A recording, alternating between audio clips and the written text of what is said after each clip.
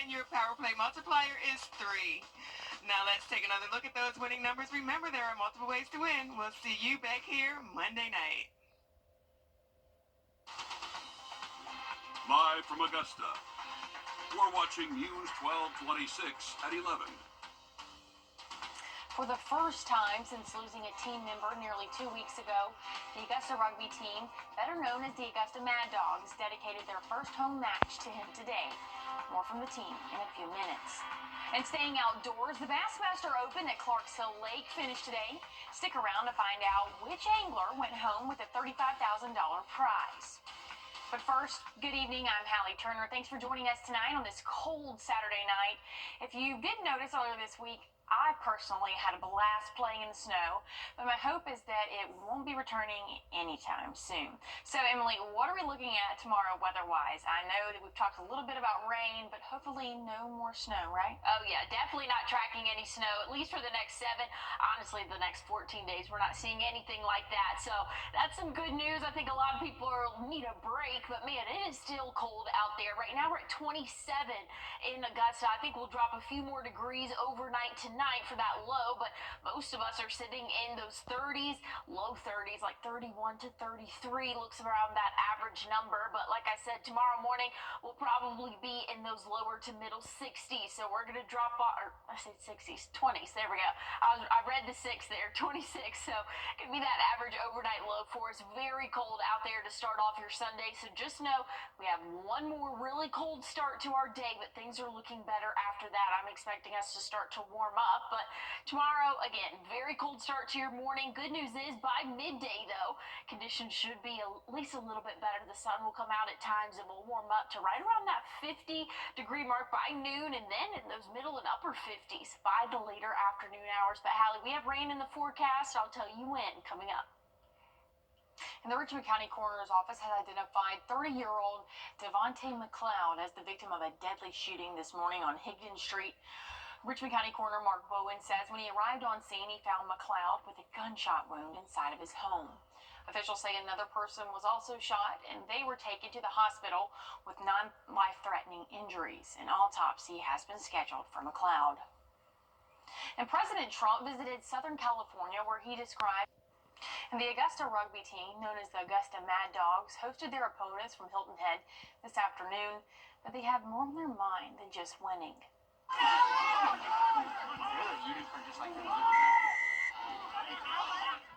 Augusta men and women's rugby teams took to the field today, with the men's team dedicating their match to their teammate Tyler Snead, who passed earlier this month. We caught up with both the president and vice president to learn what it means to them to play on without one of their own. So rugby's a real brotherhood. It's like a fraternity, and really hurts to lose one of our own. Tyler Snead, way too young, great guy, played with the club. Really hurts to lose him, but we're dedicating this win for him today. I think the best part of this sport is the community and the family that we build. So this sport is based on the principle of respect and brotherhood. And even though we're out here competing against each other, at the end of the day, we always make sure to host the other team that we're playing, feed them, give them some beer, and make sure we all celebrate and have a great time. It's a hooligan sport played by gentlemen. And anyone interested is welcome to join the team. The club has both men and women's teams. Their next match is next Saturday, February 1st at 1 o'clock. They practice on Tuesdays and Thursdays at 6:30 over at 100 Wood Street in Augusta. And the 2025 St. Croix Bassmasters Open Tournament finished up at Clarks Hill Lake this afternoon. Day 1 of the tournament was postponed due to the icy weather, and so the full field was still active starting day 2. Anglers had 2 days out on the lake with the bass competing with competitors from around the world, benefiting Columbia County. So there's a number of things. It brings relevance to our fishery, so it really tells the story about Clarks Hill and what kind of fishing is here. So that brings revenue in from people traveling. Of course, these guys are traveling from all over the place to come into this tournament. So there's lodging, they're spending money on tackle, they're spending money on fuel. And hey, Chase Clark finished first, and he won $35,000. And people both young and old gathered at the Lucy C. Laney Memorial Stadium to pay tribute to the 66-year legacy of Ruby Bridges and her family's fight to end segregation. Each step was a walk in the past, equaling the 5 blocks Ruby Bridges took during the civil rights movement from her home to the first all-white elementary school that opened its doors to African Americans in the South. As the Augusta Junior players gear up for its performance of Ruby, one cast member says her walk was her way of saying thank you for Ruby's push for inclusion and diversity. I think that we are all here today to pay a tribute, like a thank you. Like, we know what you went through, we know what you had to accomplish to get where you are today, and it's just a big thank you to Ruby Bridges, honestly. Now, Ruby, the story of Ruby Bridges, will be performed February 7th and 8th at the Kroc Center on Broad Street in downtown Augusta. You can head to the Players' Facebook page for more information. And the first annual STEAM Summit put on by the SWAT Foundation and Augusta Technical College is providing a new way for students to engage with academic careers.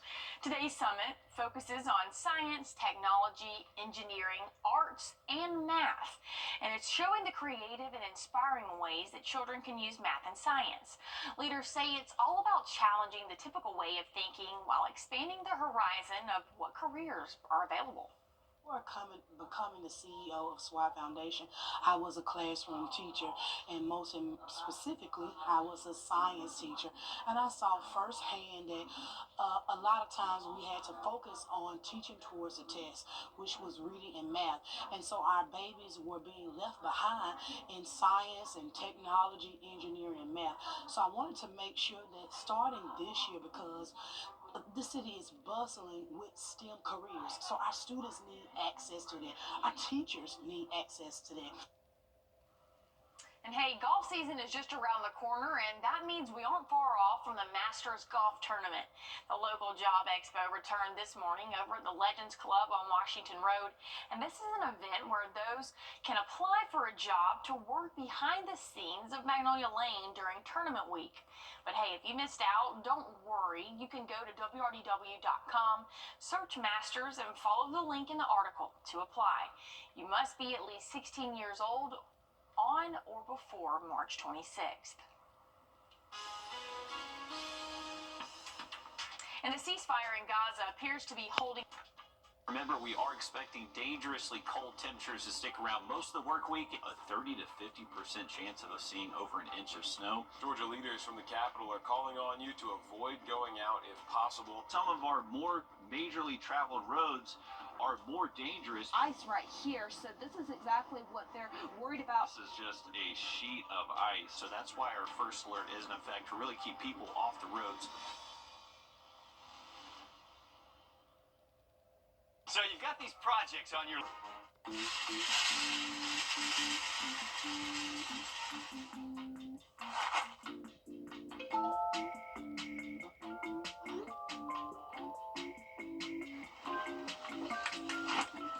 I think you're going to need this. The News 1226 First Alert Weather app. It's that fast. Looking to get stronger? Join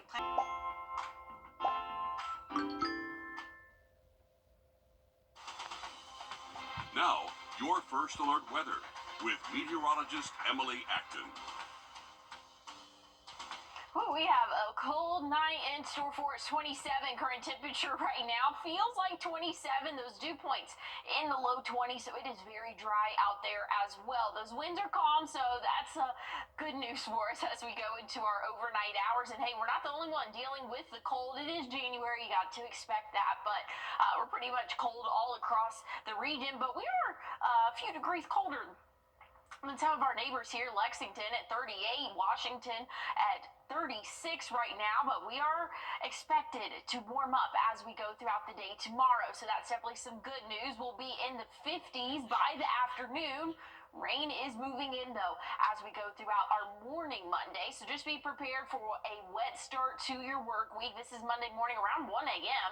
That rain's going to push through well above freezing. Want to make sure that that's clear. By the time we get to the afternoon, that rainfall is out of here and temperatures will rise a little bit. We'll be in those lower 50s for your Monday, so a lot more comfortable than what we saw last week. And hey, check out Tuesday. Even warmer. We'll be right around that 60-degree mark for us for your Tuesday. So things are definitely looking on the warmer side as we go throughout the work week. So here's a little bit of a closer look, though, tomorrow. Again, we'll warm up into those middle 50s, staying dry until early Monday morning hit. And here's around 6 a.m. Your morning commute Monday is going to be a wet one. So make sure that you're planning for that, giving yourself a couple extra minutes out there because it is going to be a rainy start to our day. But good news is by the time noon rolls around, conditions are looking a lot drier and things will start to warm up a little bit as we go into our afternoon. But the warm doesn't stop there. We are looking at the next 6 to 10 days. So this is January 30th through February 4th, and we're going to be well above average for those temperatures there. And this week is going to be pretty warm. And then it looks like, again, the week after that, not looking too bad for us. So if you're tired of the cold, this week is definitely going to be your week. Once we get into Tuesday, though, Monday's still going to be a little bit on the chillier side because we are dealing with that rainfall. But good news is once we go throughout the week, conditions are looking a little bit better for us. And I think that we'll see pretty consistently in those 60s throughout the week. Cloud cover will return Friday, and that'll drop our temperatures just a little bit. But overall, much warmer than what we saw last week, Hallie. And I'm here for the warmer weather. But hey, as we head to break, here's a live look at the Sphere and your winning lottery numbers.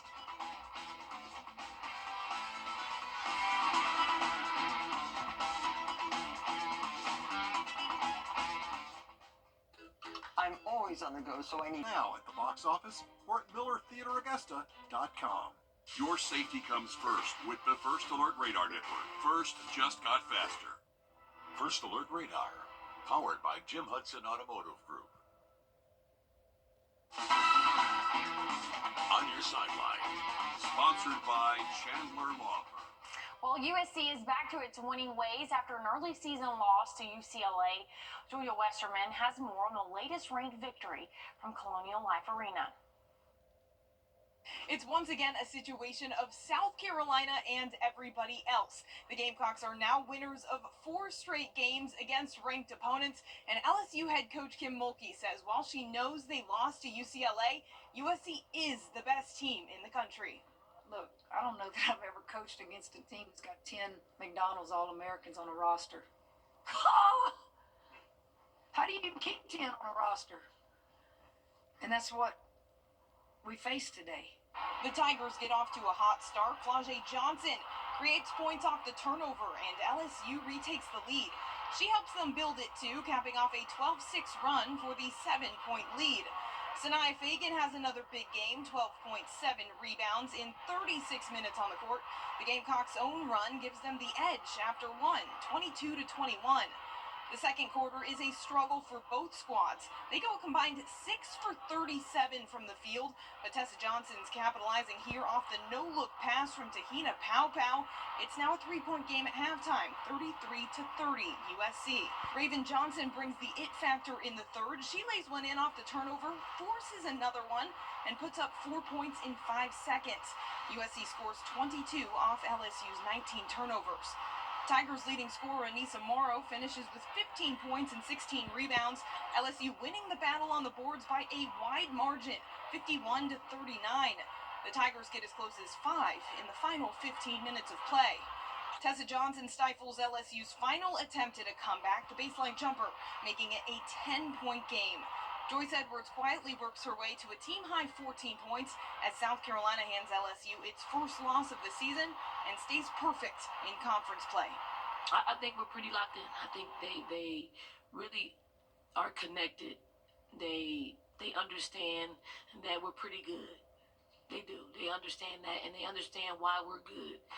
And that is our gap defense is pretty good. Our scramble out when teams get ahead of the possession. And then we just got to fight to just go get the basketball. Tonight, the block shots were impressive. Just our grit. Our grit was great. You need to have all those things to beat a team like LSU. It's hard to believe this is the same team that lost to UCLA on November 24th, but they haven't lost a game since, and they're back to being considered the top team to beat.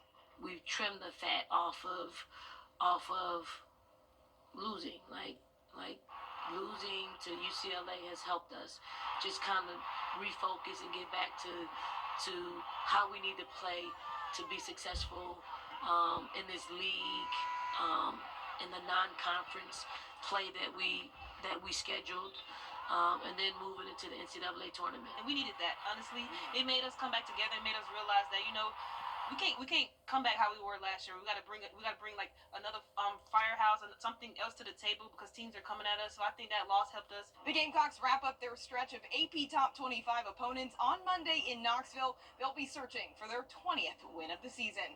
Reporting in Colonial Life Arena, Julia Westerman, WIS News 10 Sports.